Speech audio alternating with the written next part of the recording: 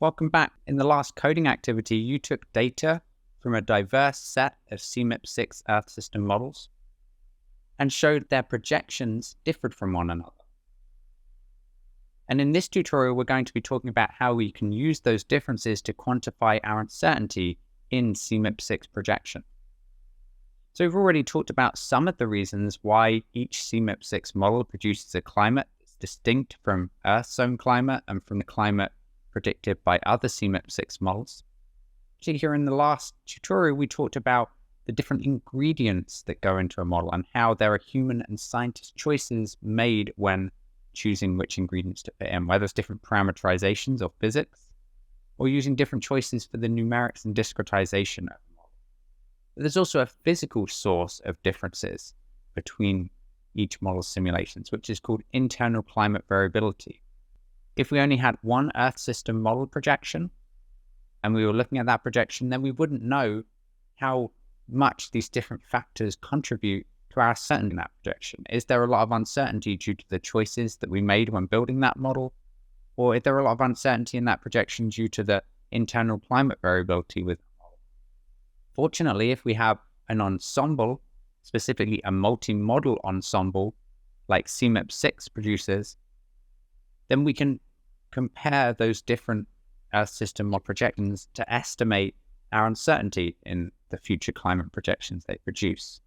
And this uncertainty incorporates both that physical uncertainty and the human-driven choices building the models. This figure on the left shows an example of some of the 30 or so models that I used to create a specific figure for the recent IPCC report.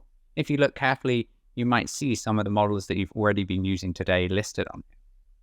And when we have a group of models, these multi-model ensembles, then we can look how those model projections differ amongst the group of models.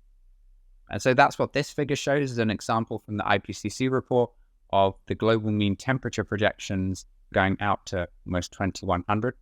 The two different colors here represent two different scenarios. Let's just look at the blue SSP 1 2.6 scenario right now. What you can see is that there are a diverse range of projections coming from different models. So each of those individual lines is a different CMIP-6 Earth system model and its projection.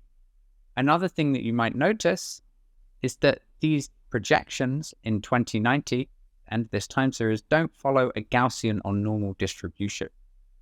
Specifically, what a Gaussian or normal distribution describes is a distribution that is peaked at a specific mean value and then decays symmetrically to either side.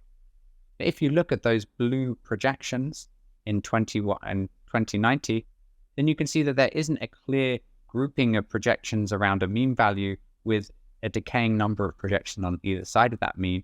What you instead see is that there are a pretty evenly spread range of projections from those models.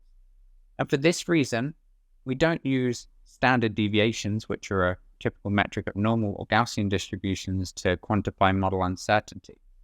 Instead, we use quantiles, which are a way of saying what percentage of models lie within a certain range for their projections.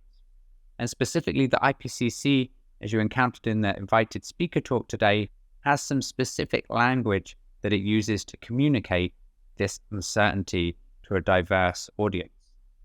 Specifically, the things that they often talk about are likely ranges, which in the context of CMIP-6 refers to the range of projections within the middle 66% of model projections, and a very likely range, which encompasses the middle 90% of model projections. So it ignores the bottom and the top 5% of model projections. And this is an easy way of analyzing and quantifying the uncertainty of projections, which is what you'll do in this next tutorial. But as a quick aside, I also want to point out that there are other metrics for quantifying uncertainty amongst model projections. For example, when you work with maps, you might have specific regions where the changes have different signs.